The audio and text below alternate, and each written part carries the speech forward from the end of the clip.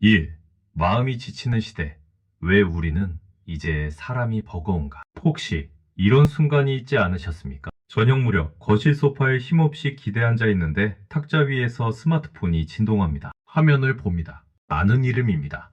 나쁜 사람도 아니고 원수도 아닙니다. 가끔 밥도 먹고 차도 마시는 남들이 보기엔 친한 사이인 사람입니다.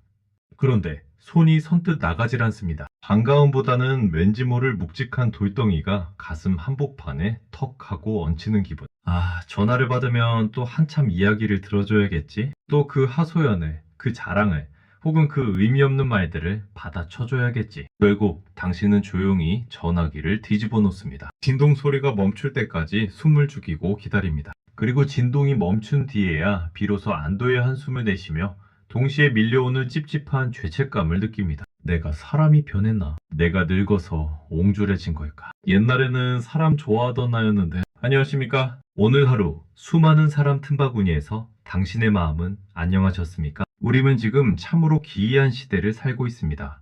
몸은 그 어느 때보다 편해졌습니다. 손가락 하나만 까딱하면 지구 반대편 소식을 알 수 있고 밥도 옷도 집 앞으로 배달되는 세상입니다. 그런데 아이러니하게도 사람과 사람 사이의 마음의 길은 예전보다 훨씬 울퉁불퉁하고 험해졌습니다. 뉴스를 보면 온통 사람이 사람을 해쳤다는 이야기, 믿었던 지인이 사기를 쳤다는 이야기, 층간소음으로 이웃끼리 칼부림이 났다는 이야기들 뿐입니다. 사람 냄새가 그리워 나간 동창회에서는 정치 이야기로 얼굴을 붉히고 오랜만에 만난 친척들은 자식 자랑, 본 자랑으로 묘한 위화감만 조성합니다. 분명히 사람을 만나러 나가는데 돌아오는 길엔 허기짐만 가득합니다. 군중 속의 고독이라는 말로는 부족합니다. 지금 우리는 군중 속의 피로를 겪고 있습니다. 타인이 나에게 위로가 되는 것이 아니라 내 마지막 남은 에너지마저 빨아먹는 빨대처럼 느껴지는 시대. 그래서 우리는 자꾸만 문을 닫아 걸고 싶어집니다. 제발 나 좀 가만히 내버려둬. 이것은 당신의 비명이자 우리 시대의 모든 시니어들의 소리 없는 아우성입니다. 오늘부터 우리는 아주 긴 여행을 떠나려 합니다. 이 여행은 사람을 피해 도망치는 도피의 여행이 아닙니다. 오히려 엉켜버린 관계의 실타래를 끊어내지 않고도 어떻게 하면 느슨하게 풀어내어 내 숨통을 틔울 수 있을지 그 마음의 기술을 배우는 치유의 여정입니다. 사람 때문에 밤잠을 설치셨던 분, 무례한 말 한마디가 가시처럼 박혀 며칠을 앓으셨던 분, 이제는 다 귀찮고 혼자이고 싶지만 막상 혼자가 되면 외로울까봐 겁이 나는 분, 그 모든 분을 위해 이 이야기를 준비했습니다. 편안하게 기대어 들어주십시오. 당신의 잘못이 아닙니다. 우리는 그저 너무 열심히 사람을 사랑하려 애썼던 탓에 잠시 탈진했을 뿐입니다. 관계의 가성비가 달라졌다. 자, 이제 차분히 우리의 마음을 들여다보겠습니다. 왜 우리는 유독 지금 이 나이 즈음에 사람이 더 힘들게 느껴지는 걸까요? 단순히 체력이 떨어져서일까요? 귀가 어두워져서 남의 말에 집중하기 힘들어서일까요? 물론 그런 이유도 있습니다. 하지만 더 근본적인 이유는 우리 인생의 계절이 바뀌었기 때문입니다. 젊은 날은 인생의 여름이었습니다. 여름의 숲을 보십시오. 나무들은 가지를 뻗고 잎을 무성하게 피워냅니다. 뿌리를 얽히고 설키며 옆나무와 경쟁하듯 혹은 의지하듯 빽빽하게 자라납니다. 그때 우리는 확장이 본능이었습니다. 친구 한 명이라도 더 사귀어야 했고 모임에 하나라도 더 나가야 했고 인맥이 곧 능력이라고 믿었습니다. 상처를 좀 받아도 회복력이 빨랐습니다. 하룻밤 자고 나면 술 한잔 마시고 나면 에이 그럴 수도 있지 하고 털어낼 수 있는 감정의 체력이 넉넉했습니다. 하지만 지금 우리가 서 있는 곳은 인생의 늦가을 혹은 초겨울의 입구입니다. 나무들을 보십시오. 겨울을 앞둔 나무는 가장 먼저 무엇을 합니까? 가지를 뻗는 게 아니라 잎을 떨굽니다. 수분을 지키고 뿌리를 단단하게 하기 위해 불필요한 장식들을 스스로 털어냅니다. 이것은 비정한 게 아니라 생존을 위한 가장 지혜로운 선택입니다. 우리의 마음도 마찬가지입니다. 뇌과학자들은 인간의 뇌가 노화될수록 부정적 자극에 대한 방어 기제를 강화한다고 말합니다. 젊을 때는 뇌가 에너지가 넘치니 스트레스를 받아도 그것을 처리할 용량이 충분합니다. 하지만 나이가 되면 뇌는 본능적으로 에너지 보존 모드로 전환합니다. 이제 내 생명력을 나를 돌보는 데 써야 해. 남 비위 맞추는데 낭비할 에너지가 없어. 이렇게 뇌가 명령을 내리는 것입니다. 그런데 우리의 현실은 어떻습니까? 뇌는 줄여라, 버려라 하고 신호를 보내는데 우리는 여전히 참아라, 맞춰라, 들어줘라 하는 옛날 방식의 관계를 고집하고 있습니다. 싫은 소리를 들어도 웃어넘겨야 어른답다고 생각하고 피곤해도 경조사는 다 챙겨야 도리라고 생각합니다. 몸은 겨울 준비를 하느라 문을 닫고 싶은데 마음은 여전히 여름인 줄 알고 문을 활짝 열어놓고 있으니 찬바람이 들어와 뼈가 시릴 수밖에 없는 것입니다. 이것을 저는 관계의 연비란 피가 나빠졌다고 표현하고 싶습니다. 예전에는 친구를 만나 100만원어치의 에너지를 쓰면 100만원어치 즐거움을 얻어왔습니다. 그런데 지금은 어떤가요? 100만원어치 에너지를 쏟고 하는데 손에 쥐어지는 즐거움은 10,000원도 안 되는 기분. 집에 돌아오면 몸살이 나고 마음이 텅 빈 것처럼 공허합니다. 내가 무슨 부귀 영화를 누리자고 그 긴 시간을 앉아 있었나? 이런 생각이 드는 건 당신이 계산적인 사람이 되어서가 아닙니다. 당신의 영혼이 이제는 껍데기가 아닌 알맹이를 원하고 있기 때문입니다. 마음의 맷집과 필터의 변화. 또 하나 우리가 인정해야 할 것이 있습니다. 바로 마음의 피부가 얇아졌다는 사실입니다. 나이가 들면 얼굴 피부만 얇아지는 게 아닙니다. 마음의 피부도 얇아집니다. 젊을 때는 웬만한 비난이나 무시도 두꺼운 가죽 점퍼를 입은 것처럼 튕겨냈습니다. 하지만 지금은 얇은 모시적삼 하나 입은 것처럼 사소한 눈빛 하나, 툭 던진 말 한마디가 살갗을 뚫고 들어와 심장을 찌릅니다. 어떤 분이 상담 중에 이런 말씀을 하시더군요. 예전에는 며느리가 좀 퉁명스럽게 말해도 제가 피곤한가 보다 했어요. 그런데 요새는 며느리 말 한마디에 밥알이 모래알처럼 씹히고 밤새 잠이 안 와요. 제가 왜 이렇게 속 좁은 노인네가 됐을까요? 아닙니다.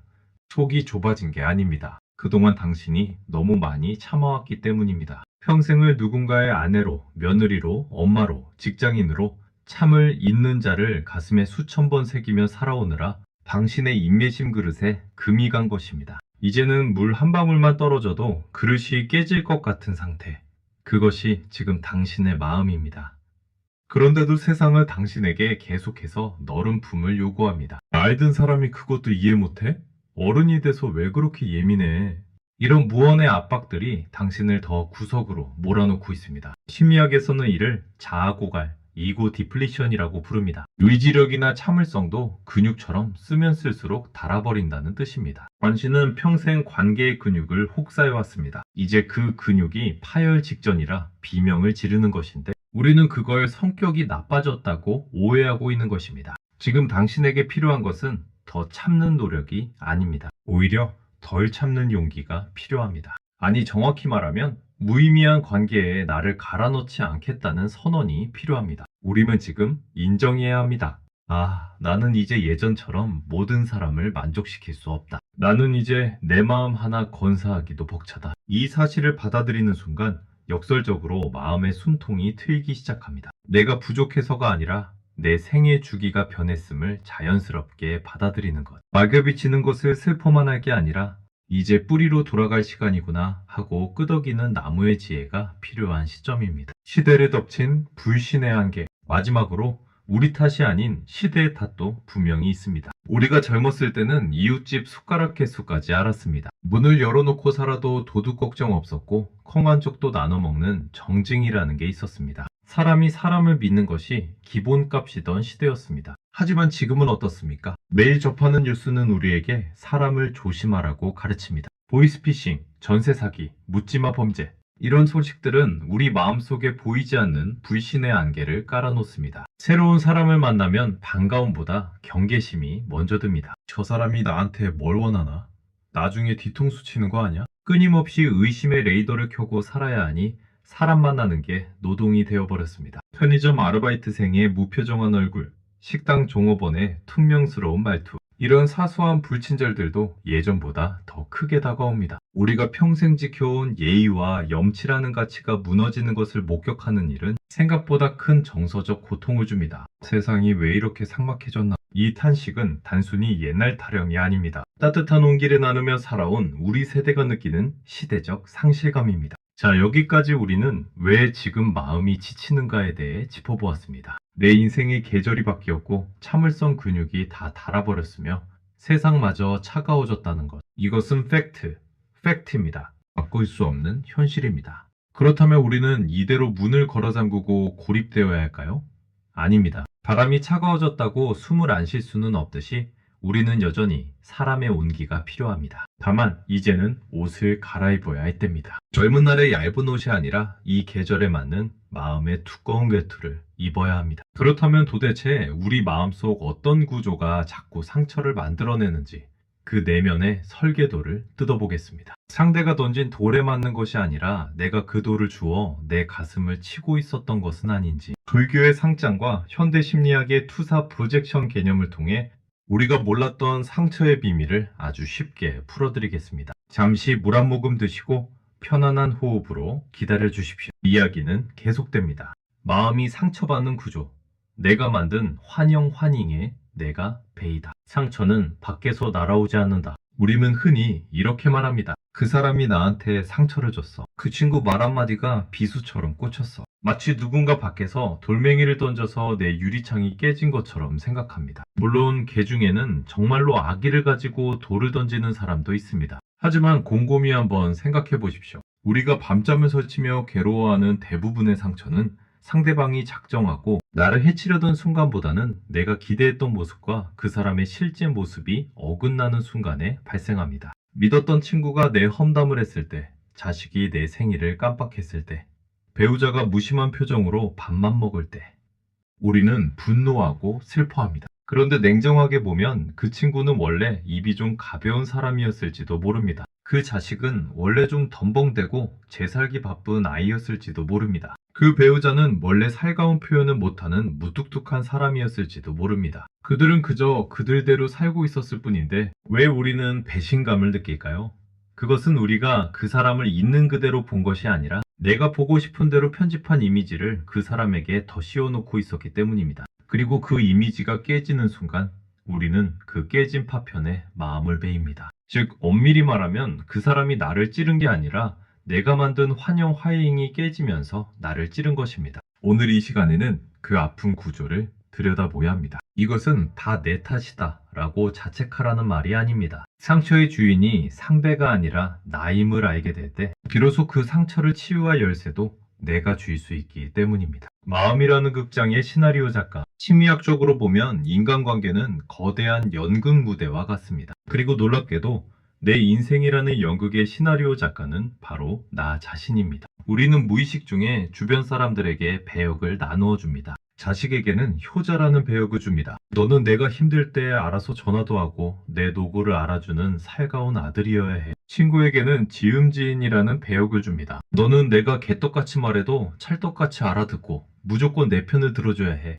배우자에게는 동반자라는 배역을 줍니다. 너는 늙어서 내 손발이 되어주고 내 눈빛만 봐도 물을 떠다줘야 해. 우리는 이 시나리오를 아주 완벽하게 써놓고 상대방이 그 대사대로 연기해주기를 기대합니다. 문제는 정작 그 배역을 맡은 상대방은 그 대본을 받은 적이 없다는 사실입니다. 그들은 내 연극의 조연이 아니라 자기 인생이라는 연극의 주인공들입니다. 그들 손에는 나의 시나리오가 아니라 그들의 시나리오가 들려 있습니다. 그래서 자식이 내 생일에 전화 한 통 없이 지나가면 우리는 화가 납니다. 어떻게 네가 그럴 수 있어? 이 분노의 밑바닥에는 네가 감히 내 시나리오를 망쳐? 라는 작가의 횡포가 숨어 있습니다. 상대가 변한 게 아닙니다. 현대는 원래 그런 사람이었습니다. 다만 내 마음속에서 멋대로 캐스팅해 놓은 이상적인 아들, 이상적인 친구라는 환상이 무너져 내린 것입니다. 우리가 관계에서 지치는 이유는 명백합니다. 남의 인생에 자꾸 내 대본을 들이미며 연기를 강요하기 때문입니다. 너는 왜 내 기대대로 안 해줘?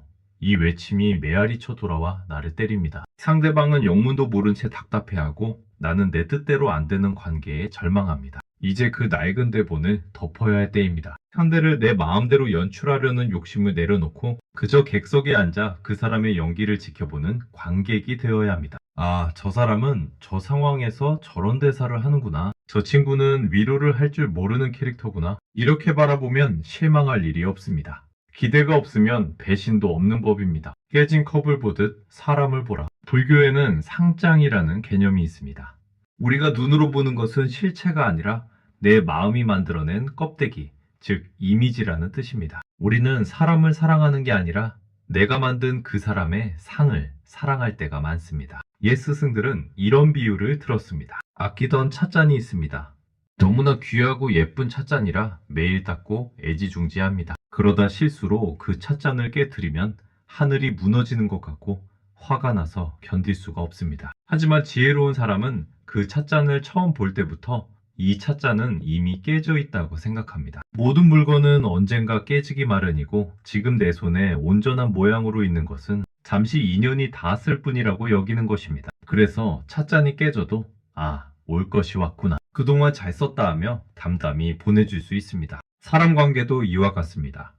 우리는 관계가 영원할 거라고, 저 사람의 마음이 변치 않을 거라고 믿습니다. 그것은 깨지지 않는 찻잔을 바라는 욕심입니다. 사람의 마음은 흐르는 물과 같아서 순간순간 변합니다. 오늘의 그 사람은 어제의 그 사람이 아닙니다. 그런데 우리는 10년 전, 20년 전 좋았던 시절의 그 사람 모습을 박제해놓고 네가 어떻게 변할 수 있어? 하고 따집니다. 사람에게 상처받지 않으려면 역설적으로 모든 관계는 이미 깨져 있다는 사실을 받아들여야 합니다. 이 말은 허무주의가 아닙니다. 언젠가 이 관계가 변할 수도 있고 끝날 수도 있음을 미리 수용하는 태도입니다. 상대가 나에게 실망을 줘도 그래, 사람 마음이 원래 갈대 같은 것이지 하고 받아들이는 마음의 완충지대를 만드는 것입니다. 저 사람은 나를 영원히 이해해 줄 거야 라는 환상을 버리십시오. 그 환상이야말로 당신을 찌르는 가장 날카로운 칼날입니다. 대신 저 사람도 불완전한 인간이고 나도 불완전한 인간이다. 우리는 잠시 서로의 외로움을 달래주다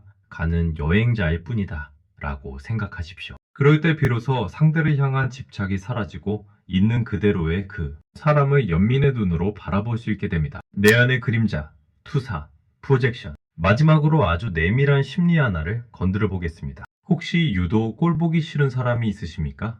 별로 큰 잘못을 한 것도 아닌데 말투나 행동 하나하나가 거슬려 견딜 수 없는 사람 말입니다. 저 여자는 너무 이기적이야. 저 사람은 너무 잘난 척을 해. 심리학자 칼 융은 이것을 그림자, 섀도우의 투사, 프로젝션이라고 불렀습니다. 내가 그토록 미워하는 그 사람의 모습은 사실 내 안에 억눌려 있는 나의 모습일 가능성이 큽니다. 평생 착한 사람으로 살아야 해서 이기심을 꾹꾹 눌러온 사람은 제멋대로 구는 이기적인 사람을 보면 화가 치밀어 오릅니다. 무의식 속에 나도 저렇게 살고 싶은데 나는 참고 있는데 너는 왜 그렇게 사니? 라는 질투와 억울함이 숨어 있기 때문입니다. 저도 그런 경험이 있습니다. 말을 참 안 듣고 제멋대로인 후배가 그렇게 미웠습니다. 그런데 가만히 들여다보니 제 안에도 자유롭고 싶은 욕망이 꿈틀대고 있더군요. 평생 점잖은 척, 어른인 척 하느라 엉글러왔던 내 안의 어린아이가 그 후배를 보고 부럽다고 소리치고 있었던 겁니다. 누군가가 사무치게 미울 때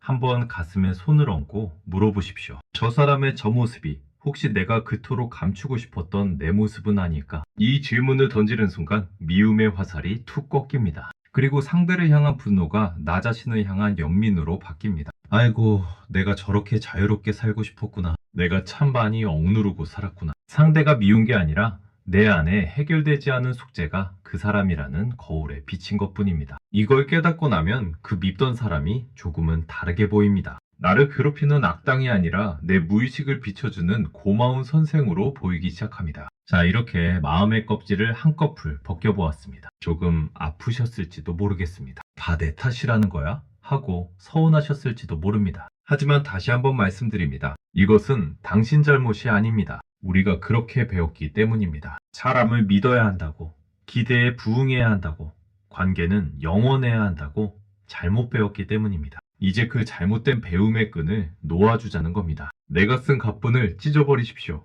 내가 만든 환상을 깨트리십시오. 그리고 그 깨진 틈 사이로 진짜 그 사람의 얼굴을 보십시오. 기대하지 않으면 실망도 없습니다. 환상이 없으면 상처도 없습니다. 그 텅 빈 자리에 비로소 편안한 바람이 불어올 것입니다. 이제 우리는 상처받는 구조를 알았습니다. 그렇다면 실전에서는 어떻게 해야 할까요? 이 복잡한 관계의 숲에서 나무를 베어내지 않고도 어떻게 나만의 오솔길을 낼 수 있을까요? 사람을 미워하지 않으면서도 우아하게 거리를 두는 기술. 너무 가깝지도 너무 멀지도 않게 딱 숨쉬기 좋은 온도를 맞추는 관계의 거리두기 미학에 대해 이야기 나누겠습니다. 가장 현실적이고 당장 오늘 저녁부터 써먹을 수 있는 마음의 기술들입니다. 이제 우리는 내 마음이 어떻게 상처를 만들어내는지 알았습니다. 그렇다면 이제 실전입니다. 이 복잡한 사람 숲에서 나무를 다 베어버리지 않고도 어떻게 내 숨쉴 공간을 확보할 수 있을까요? 꽉 조인 신발끈을 풀고 편안한 슬리퍼로 갈아 신는 시간입니다. 사람 때문에 지친 마음, 어떻게 덜 힘들게 살 수 있을까? Part 3. 관계에서 덜 지치는 마음의 거리두기. 사람을 조금 멀리 두고 나를 조금 가까이 두십시오. 인트로 도망치는 게 아니라 숨구멍을 트는 겁니다. 살다 보면 문득 사람이 참 버거운 날이 있습니다. 딱히 누가 나에게 큰 해를 입힌 것도 아닌데 그저 걸려온 전화 한 통 받는 게 돌덩이처럼 무겁게 느껴질 때가 있죠. 밥 한 번 먹자는 친구의 말이 반갑기보다는 아이고 또 나가서 무슨 이야기를 들어줘야 하나 싶어 한숨부터 나오는 그런 날 말입니다. 그럴 때 우리는 흔히 두 가지 반응을 보입니다. 하나는 억지로 참고 나가는 겁니다. 그래도 친구인데, 그래도 도리인데 하면서요. 다른 하나는 아예 인연을 싹둑 끊어버리는 겁니다. 에이 귀찮다. 다 필요 없다 하면서요. 그런데 참 이상하죠? 억지로 나가면 내가 병나고 끊어버리면 나중에 외롭고 후회가 됩니다. 이러지도 저러지도 못해 전전긍긍하는 당신에게 저는 오늘 제3의 길을 권해드리고 싶습니다. 바로 헐렁하게 관계 맺기입니다. 우리는 평생 인간관계를 꽉 끼는 옷처럼 입고 살았습니다. 빈틈없이 서로를 알고 속사정을 다 알아야 우리가 남인가 하며 안심했죠. 그런데 살아보니 어떻습니까? 너무 꽉 끼는 옷은 입고 있으면 숨이 막힙니다. 밥 한 끼도 편하게 못 먹고 조금만 움직여도 살이 쓸려 아픕니다. 사람 사이도 그렇더군요. 너무 가까우면 서로의 가시에 찔립니다. 너무 잘 알면 모르는 게 약이르들까지 알게 되어 속이 시끄러워집니다. 이제는 그 옷을 좀 벗어도 괜찮습니다. 사람을 미워하라는 게 아닙니다. 잠시 쉼표를 찍고 숨 쉴 구멍을 만들어주자는 겁니다. 몸빼바지 같은 관계가 편안합니다. 저는 우리 나이의 인간관계가 몸빼바지 같았으면 좋겠습니다. 시장에 갈 때 입는 그 헐렁한 바지 말입니다. 바람이 숭숭 통하고 다리를 쩍 벌리고 앉아도 불편하지 않은 그런 옷처럼 관계도 품이 넉넉해야 합니다. 누군가 서운한 말을 툭 던졌다고 해봅시다. 꽉 끼는 관계에서는 그 말이 내 심장에 바로 꽂힙니다. 나를 무시하나? 어떻게 그런 말을 할 수 있지? 살갗이 닿아 있으니 즉각 반응하게 되고 상처가 납니다. 하지만 헐렁한 관계에서는 다릅니다. 그 말이 내 살에 닿기 전에 넉넉한 옷자락 사이의 공기층에서 한번 걸러집니다. 오늘 저 양반이 속상한 일이 있나 보네. 원래 말투가 좀 거친 사람이었지. 그러려니 그냥 바람 지나가듯 툭 털어낼 수 있는 여유가 생깁니다. 그 사람의 말을 내 가슴 안방까지 들이지 마십시오. 마당즈음에서 그래 말았네. 자네 생각은 그렇구먼 하고 돌려보내는 지혜. 이것이 바로 상대를 무시하지 않으면서도 나를 보호하는 품넓은 거리두기입니다. 이것을 심리학에서는 경계선, 바운더리라고 부릅니다. 내 집 담장을 높게 쌓아 아무도 못 들어오게 하라는 게 아닙니다. 대문은 열어도 돼. 여기서부터는 내 사생활입니다. 여기서부터는 내 휴식 시간입니다. 하고 부드럽지만 단호한 울타리를 치는 것입니다. 이 울타리가 있어야 꽃도 심고 나무도 심을 수 있습니다. 사람들이 함부로 들어와 내 화단을 밟지 않게 하는 것. 그것은 이기적인 게 아니라 정원주인의 의무입니다. 뜨거운 물 말고 미지근한 온돌처럼 우리는 젊은 시절 뜨거운 관계를 원했습니다. 밤새워 토론하고 비밀을 공유하고 죽고 못 사는 그런 끈끈함이 진짜라고 믿었습니다. 하지만 노년의 관계학계로는 달라져야 합니다. 넓은 것보다는 깊은 게 좋고 깊은 것보다는 안전한 게 좋다. 너무 깊은 물은 빠져 죽기 쉽습니다. 우리가 어떤 사이인데 이것도 못해줘? 라는 서운함은 가장 깊고 가까운 사이에서 나옵니다. 기대가 크면 실망도 큰 법이죠. 이제는 깊게 파고드는 관계보다 찰박찰박 발 담그고 놀 수 있는 얕은 물가 같은 관계가 더 좋습니다. 1년에 한두 번 봐도 어색하지 않은 친구. 속 이야기를 다 하지 않아도 그저 밥 한 끼 먹으면 마음이 편한 이유. 서로의 아픈 곳을 굳이 찌르지 않고 얼굴 좋아 보이네 하며 덮어주는 지인. 이런 미지근한 관계가 인생의 겨울에는 가장 큰 위로가 됩니다. 뜨거운 물은 금방 식지만 미지근한 온돌은 밤새 은근하게 등을 데워줍니다. 열정을 태우는 관계가 아니라 온기를 나누는 관계로 전환하십시오. 굳이 내 치부나 자식 자랑을 다 털어놓지 않아도 됩니다. 그냥 오늘 날씨가 참 좋지 하고 웃어줄 수 있는 사람이면 족합니다. 그 덤덤한 평화가 당신을 살게 할 것입니다. 거절은 쿠션처럼 푹신하게. 거리두기를 할 때 가장 어려운 것이 바로 거절입니다. 이번 주말에 모임 있는데 나올래? 몸은 천근만근이고 나가기 싫어 죽겠는데 입에서는 그래 갈게 라는 말이 먼저 나옵니다. 거절하면 저 사람이 서운해할까봐, 내가 이기적인 사람으로 보일까봐 겁이 나서죠. 하지만 여러분, 거절은 남을 밀어내는 것이 아니라 나를 지키는 것입니다. 억지로 나간 자리에서 속으로 집에 가고 싶다 생각하며 앉아있는 것이야말로 상대에 대한 더 큰 결례 아닐까요?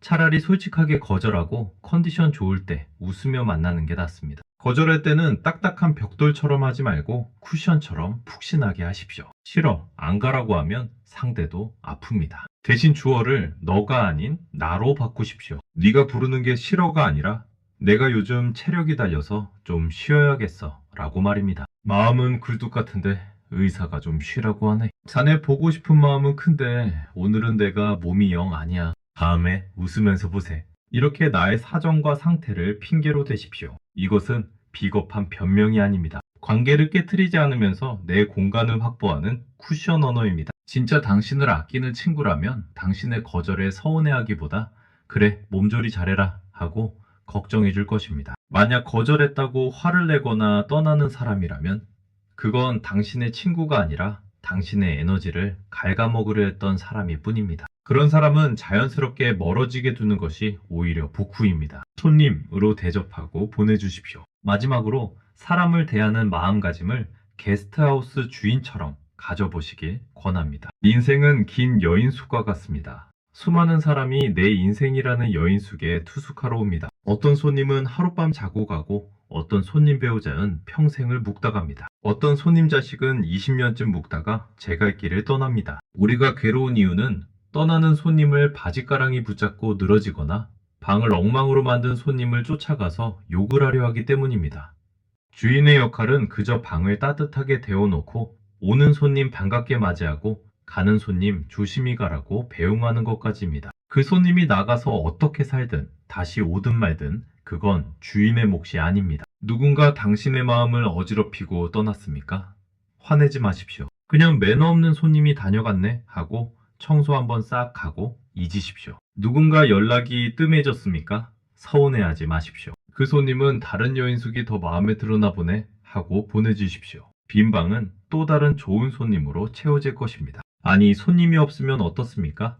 주인 혼자 그 넓고 따뜻한 방에서 대자로 뻗어 쉴 수 있으니 그 또한 좋은 일 아닙니까? 사람을 소유하려 하지 마십시오. 내 뜻대로 조종하려 하지도 마십시오. 그저 시절 인연 따라 잠시 내 곁에 머물다 가는 귀한 손님으로만 대접하십시오. 그 마음가짐이 당신을 관계의 감옥에서 해방시켜 줄 것입니다. 자, 이제 우리는 헐렁한 옷을 입고 미지근한 물에 발을 담그고 푹신한 쿠션에 기대 앉았습니다. 조금 편안해지셨습니까? 그래, 좀 멀어져도 괜찮구나. 억지로 애쓰지 않아도 되는구나. 이 안도감이 드신다면 당신은 이미 치유의 길에 들어선 것입니다. 약간의 거리가 있어야 별도 반짝임이 보이고 나무도 서로의 가지를 해치지 않고 쑥쑥 자랍니다. 당신이 둔 그 거리는 냉정함이 아닙니다. 당신과 그 사람, 우리 모두가 숨 좀 쉬고 살자고 튀어놓은 숨구멍입니다. 그 숨구멍 사이로 시원한 바람이 불어오게 두십시오. 그 바람을 맞으며 우리는 이제 한 단계 더 높은 곳으로 올라갈 것입니다. 사람에게 기대지 않고도 스스로 빛나는 법. 그리고 마침내 사람과 세상을 완전히 새롭게 바라보는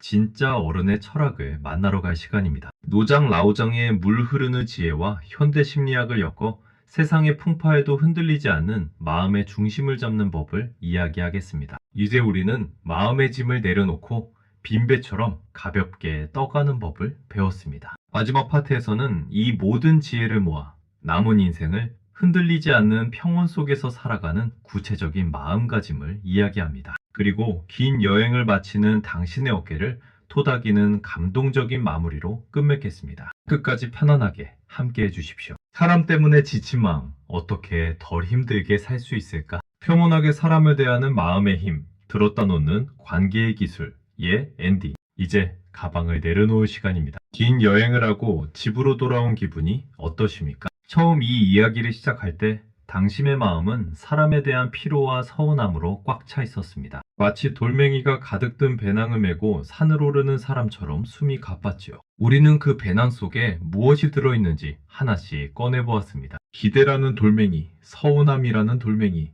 내가 옳다는 돌멩이, 변하지 말라는 돌멩이, 그 무거운 것들을 남이 내 가방에 넣은 줄 알았는데 알고 보니 내가 길바닥에서 주워 담은 것들이었음을 우리는 알게 되었습니다. 이제 마지막으로 해야 할 일은 딱 하나입니다. 그 가방을 툭 하고 바닥에 내려놓는 일입니다. 아무리 좋은 보석이라도 내 어깨를 짓누르면 짐일 뿐입니다. 하물며 미움과 원망이라는 쓰레기를 왜 그토록 소중하게 끌어안고 사셨습니까? 오늘 이 마지막 시간에는 그 가방을 미련 없이 내려놓고 맨몸으로 가볍게 춤추듯 살아가는 관계의 완성에 대해 이야기하려 합니다. 쥐고 있으면 불덩이, 놓으면 꽃송이. 불교에는 방아차컹 샤저이라는 말이 있습니다. 마음을 비우고 내려놓으라는 뜻이죠. 말은 참 좋은데 실천하기가 참 어렵습니다. 왜냐하면 우리는 놓아버리면 진다고 생각하기 때문입니다. 미워하는 마음을 놓으면 저 사람을 용서하는 것 같아서 억울하고 기대하는 마음을 놓으면 내가 손해보는 것 같아서 불안합니다. 하지만 옛 이야기 중에 이런 게 있죠. 어떤 사람이 손에 뜨거운 숯덩이를 쥐고 있습니다. 이 숯덩이를 저 미운 사람에게 던지고 싶은데 기회를 보느라 계속 쥐고만 있습니다. 그러면 정작 손이 타들어가는 건 누구일까요? 바로 숯을 쥐고 있는 나 자신입니다. 미움은 그런 것입니다. 남을 태우기 전에 나를 먼저 태우는 불덩이입니다. 이제 그 불덩이를 놓으십시오. 상대를 용서하라는 거창한 말이 아닙니다. 그저 내 손 살리자고 놓는 겁니다. 에이 뜨거워라. 더러워서 버린다.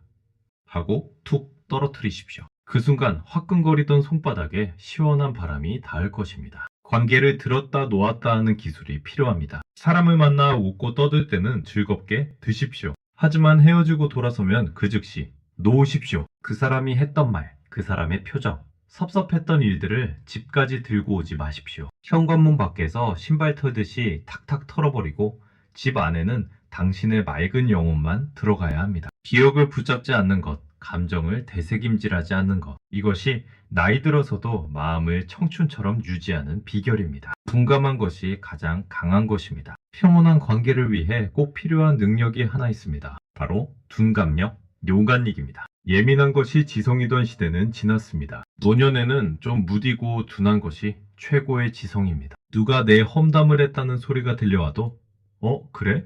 짖는 개가 있나 보네? 하고 못 들은 척 넘기십시오. 자식이 좀 섭섭하게 해도 바쁘면 그럴 수 있지. 무소식이 희소식이다. 하고 뭉개버리십시오. 작은 바람에도 파르르 떠는 갈대는 보기에는 예쁘지만 피곤합니다. 하지만 둥치 굵은 고목나무를 보십시오. 장가지가 흔들리든 말든 새가 똥을 싸고 가든 말든 기둥은 꿈쩍도 안 합니다. 그 묵직함, 그 둔함이 나무를 몇백 년 살게 하는 힘입니다. 나이듦의 특권이 무엇입니까? 귀가 어두워지는 것은 쓸데없는 소리 듣지 말라는 신의 배려이고 눈이 침침해지는 것은 남의 흉엄을 너무 자세히 보지 말라는 뜻 아니겠습니까? 몸이 둔해지는 만큼 마음도 좀 둔하게 먹으십시오. 예민하게 반응하면 내명 라이프 스팬을 갉아먹지만 허허실실 넘기면 그게 다 내공이 됩니다. 그럴 수도 있지. 뭐 별일이라고. 이 말을 입에 달고 사십시오. 세상에서 제일 강한 사람은 주먹이 센 사람이 아니라 어떤 말에도 상처받지 않고 웃어넘길 수 있는 사람입니다. 남은 인생, 관계의 가지치기. 우리는 이제 인생의 짐을 줄여야 할 때입니다. 이사 갈 때 짐을 줄이듯 관계도 미니멀리즘이 필요합니다. 휴대전화 주소록을 한번 열어보십시오. 수백 명의 이름이 있을 겁니다. 그 중에서 지금 당장 내가 아프다고 했을 때 진심으로 걱정하며 달려와 줄 사람이 몇이나 될까요? 5손가락 안에 꼽힌다면 당신은 성공한 인생입니다. 나머지 수백 명은 그냥 스쳐가는 인연들입니다. 그들에게 잘 보이려 애쓰지 마십시오. 이제 관계의 기준을 단순하게 재정의하십시오. 나를 웃게 하는 사람인가? 나를 피곤하게 하는 사람인가? 기준은 이것 하나면 족합니다. 만나면 기가 빨리고 자존감이 떨어지고 우울해지는 사람은 과감하게 정리하십시오. 오래된 친구인데 어떻게 끊어? 아닙니다. 오래된 곰팡이는 몸에 해롭습니다. 오래됐다고 다 좋은 게 아닙니다. 대신 나를 편안하게 해주는 사람, 내가 무슨 말을 해도 판단하지 않고 들어주는 사람, 침묵이 흘러도 어색하지 않은 사람, 이런 알짜배기 사람들만 남기십시오. 넓은 마당에 잡초가 무성한 것보다 작아도 정갈한 화분에 예쁜 꽃 한 송이 피우는 게 훨씬 아름답습니다. 남은 시간은 짧습니다. 싫은 사람 비위 맞추며 낭비하기엔 당신의 하루하루가 너무나 눈부시고 귀합니다. 이제는 당신을 귀하게 여겨주는 사람들과 따뜻한 밥 한 끼, 향긋한 차 한 잔 나누며 살기에도 모자란 시간입니다. 아름다운 뒷모습을 가진 지나가는 사람 되기. 마지막으로 우리가 세상과 사람에게 취해야 할 태도는 좋은 행인, 희응이 되는 것입니다. 우리는 모두 지구라는 별에 잠시 소풍 온 여행자들입니다. 여행자의 매너가 무엇입니까? 머물던 자리를 깨끗이 하고 만난 사람들에게 미소 한번 지어주고 미련 없이 떠나는 것입니다. 이곳에 영원히 살 것처럼 집착하고 내 땅이라고 우기고 사람들을 내 소유물처럼 여기니까 괴로운 것입니다. 자식도 내 소유물이 아닙니다. 내가 잠시 맡아기른 귀한 손님입니다. 배우자도 친구도 잠시 길동무해준 고마운 인연들입니다. 이제 여행이 끝나갈 무렵 우리는 짐을 챙겨야 합니다. 집착의 짐, 원망의 짐, 후회의 짐은 다 벗어두고 오직 감사라는 가벼운 짐 하나만 챙기십시오. 덕분에 잘 돌다 갑니다. 덕분에 외롭지 않았습니다. 미안합니다. 고맙습니다. 사랑합니다. 이렇게 말할 수 있는 마음이라면 당신은 이미 부처이고 예수입니다. 누군가에게 기억되려고 애쓰지 마십시오. 그저 바람처럼 시원하게 스쳐 지나가고 뒷모습이 아름다웠던 사람으로 남으면 족합니다. 그 가벼움이 당신을 자유롭게 할 것입니다. 부작을 마치며 당신을 위한 마지막 헌사. 지금부터는 눈을 감고 가장 편안한 자세로 들어주십시오. 당신의 영혼에 바치는 마지막 편지입니다. 긴 시간 제 이야기를 들어주셔서 고맙습니다. 사람 때문에 지친 당신의 마음에 제 목소리가 작은 연고가 되었기를 바랍니다. 사랑하는 당신. 당신은 그동안 참 열심히 살았습니다. 사람들에게 상처받으면서도 사람을 사랑하려 했고 배신당하면서도 다시 믿어보려 했었던 그 마음 제가 다 압니다. 그것은 당신이 어리석어서가 아니라 당신의 가슴 속에 따뜻한 사랑이 너무 많아서였습니다. 그러니 이제는 그 사랑을 남이 아닌 당신 자신에게 주십시오. 오늘 밤부터는 걱정의 문을 닫으십시오. 누가 당신을 미워하든 세상이 당신을 몰라주든 상관없습니다. 당신은 존재 자체로 이미 우주이고 기적이고 사랑입니다. 창문을 열어보십시오. 바람이 붑니다. 저 바람은 어디에도 걸리지 않고 자유롭게 흐릅니다. 당신의 마음도 저 바람처럼 자유로워지기를. 그 어떤 그물에도 걸리지 않는 바람처럼, 그 어떤 소리에도 놀라지 않는 사자처럼, 진흙 속에서도 피어나는 연꽃처럼 그렇게 맑고 강하고 향기롭게 살아가시기를. 이제 당신은 혼자가 아닙니다. 당신 안에는 단단해진 당신 자신이 든든하게 서 있습니다. 그 친구와 손잡고 남은 생의 오솔길을 사드락사드락 걸어가십시오. 꽃이 피면 꽃을 보고 비가 오면 빗소리를 들으며 부디 평안하십시오. 부디 행복하십시오. 그리고 오늘 밤은 아무런 꿈도 꾸지 말고 깊이 주무십시오. 당신의 평화로운 밤을 축복합니다. 감사합니다.